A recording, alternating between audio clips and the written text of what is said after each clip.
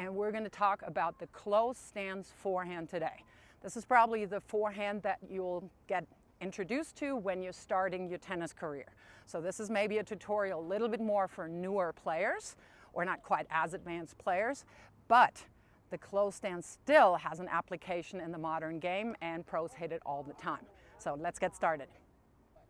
Just a quick explanation about the definition of closed stance, because I know a lot of coaches use this stance. If I were to be closed off with my hip from you, if the net were behind you, they call this the neutral and square stance. So teaching terminology, this is your closed stance. I'm still using closed stance for all of these variations because I don't want to overload my clients with another definition. So to me, this is a closed stance and this is a closed stance. So just to clarify that. All right, first things first, the grip. I still prefer to teach an Eastern forehand grip. When I have juniors, a lot of times when we're having higher performance juniors, we go into a semi-Western, and I'll explain both of those. But if I have a newer adult, I do start them off with an Eastern forehand grip. And then when they naturally rotate a little bit further, then they're in a semi-Western, that's perfectly fine. So let me show you what I'm talking about. All right, so the way to find your Eastern forehand grip is this. So you use the underside of your index finger knuckle and your meaty part of the palm of the heel pad. And if you look at your racket here, you have edges and bevels on your racket. So you have edge number 1 or bevel number 1 from the top, and then as a right-hander you go to the right, 2, 3. As a left-hander, of course, you go in the other way around. So you go 1, 2, 3. And the way that I do this now is I'm putting both of these marker on my hands on the number 3 bevel. So from the top, it looks like this. If I'm now turning this,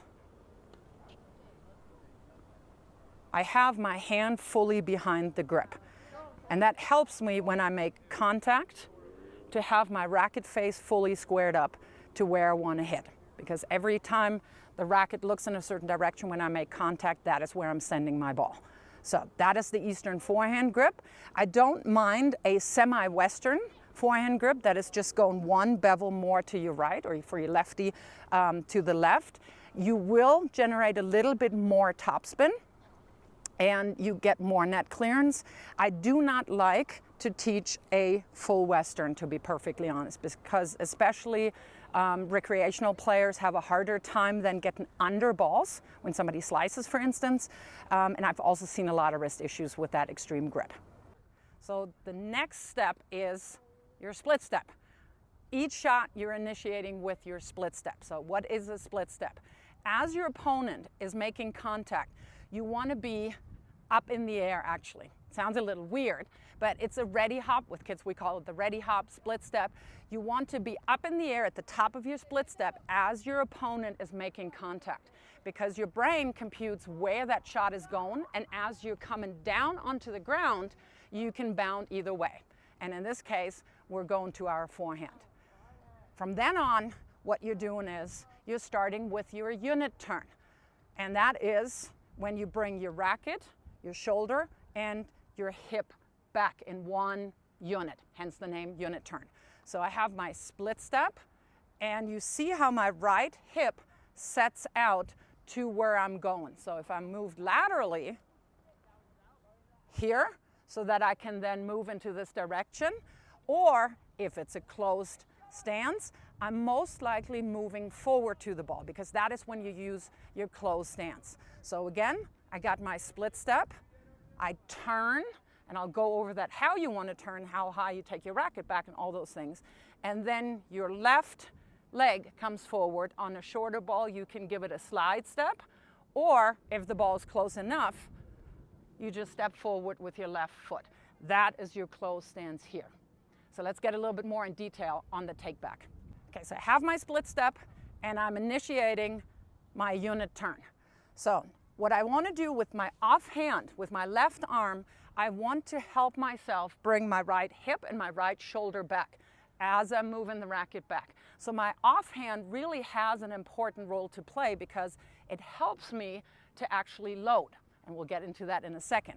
Now, the way that I want to take my racket back is the hand, my right hand, wants to be between my shoulder and my hip. Now, for instance, Ash Barty takes it up a little higher. There's players that take it back a little lower, and that's their individual flavor, right? But I always like to teach between hip and shoulder, and what that does is your racket head stays above your wrist, and it's not necessarily going up as far over your head as you would when you have a really high take back. So again, I'm here. Now what I'm doing is, as I'm starting to move forward, because again, that's when I want to use my closed stance, is I'm describing the letter C. And I want to get behind me. I want to let the racket drop. And this is a really crucial point here.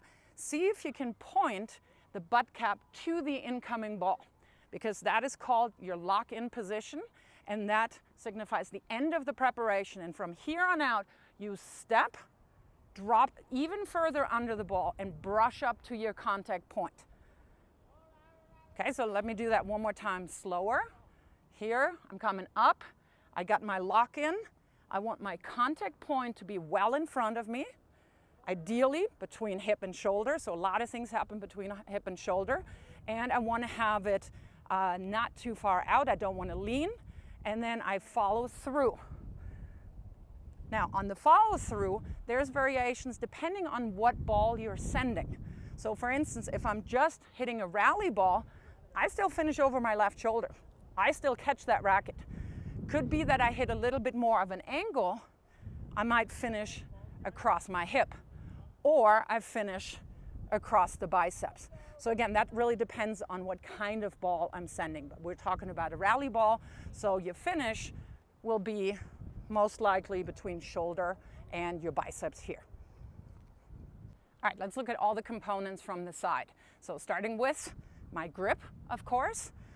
I got my Eastern forehand grip. I got my split step. I'm setting my right hip out, turn it back, bring my left arm back here as I'm turning my right shoulder back with my racket back. And now you're gonna see how I'm describing a letter C as I'm stepping into the ball. That's my letter C here. So I'm getting my letter C here. I got my contact point, again, ideally in front of my hips here, in front of my center of gravity, and between hip and shoulder. Now, at contact point, your racket may be slightly closed. That's perfectly fine, or squared up. If you launch a ball, for instance, your racket face is open. If you send it a little bit too far to your right, you may hit it too late. If you send it a little too far to your left, it could be that you're just swinging too soon, you're opening up too soon. So one more time. And the closed stance again, let's talk about what you're doing actually with your outside, with your back leg, because that is where your power comes from. And I'm always going, that's where your control comes from. I'm always control over power. So what you're doing is, here, I'm loading on my outside leg, on my back leg here, and then I'm driving forward. So as I'm starting my downswing, that is where my power comes from. I'm transferring my body weight from my right to my left. And I'm doing that so dynamically that my right foot actually steps through. And this is a significant difference from when I was taught. Back in the day, it was all down and back, low to high. Of course, you still swing low to high. All right, so you come back down and back here and low to high. But if you really do a good job loading and then stepping into the ball, naturally your right hip and your right foot will come around. So let that happen. It's exactly what you want to happen. Okay, so now that we've mastered, hopefully, the fundamentals of this shot, when do you use it? So to me, when I have the chance to move up to the ball and I can get all of my body weight into the shot, meaning it's a shorter ball, and short may mean that it's just one step. It's not necessarily a ball that bounces on the service line. I'm going to use my closed stance because it allows me to really transfer my body weight here from my back leg to my front leg. Again, I let my right hip come through. But that is a very easy way to get my body weight into the shot. I'm still hitting a closed stance if I'm a little further out. And maybe my shorter ball is when I was a little further back behind the baseline and I'm coming forward again. All right, that's a great way to use your body weight, especially when you're not the biggest, strongest player. Use your entire body weight on those closed stance forehands. So I have a few thoughts about the discussion of the WTA forehand and the ATP style forehand. So here's my 2 cents about this. Me being a former WTA pro, but players like, for instance, Madison Keys, Simona Halep, they take the racket back a little further and it breaks the plane.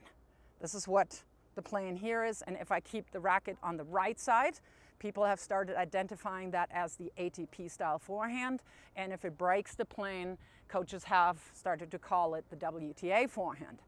To me, that is style. Because if somebody, for instance, like Madison Keys or Simona Halep, or yes, the majority of women on the WTA tour have all the fundamentals, proper grip, lock-in position, proper loading, proper follow-through extension and finish, I don't really care how far they take their racket back. If they consistently, efficiently, and effectively can make contact with the ball, they can do a cartwheel if they want to. Now, is this the right side of your body forehand more modern? Yes, potentially. But I'm not going to change anybody's forehand swing, again, if they can make consistent contact with the ball if they use a bigger swing. So if you are having a bigger swing and you're making contact in a great way, in a consistent and good way, keep that forehand. If you find that you're hitting the ball late, then by all means, shorten up your take back. But to me, that is style and not about fundamentals. So what I taught you was just the fundamentals, and then it's up to you to add your personal and individual flavor. Thank you for watching. If you enjoyed it, support my channel by subscribing and just clicking on that little bell, because that way you'll get updated when I put new content out.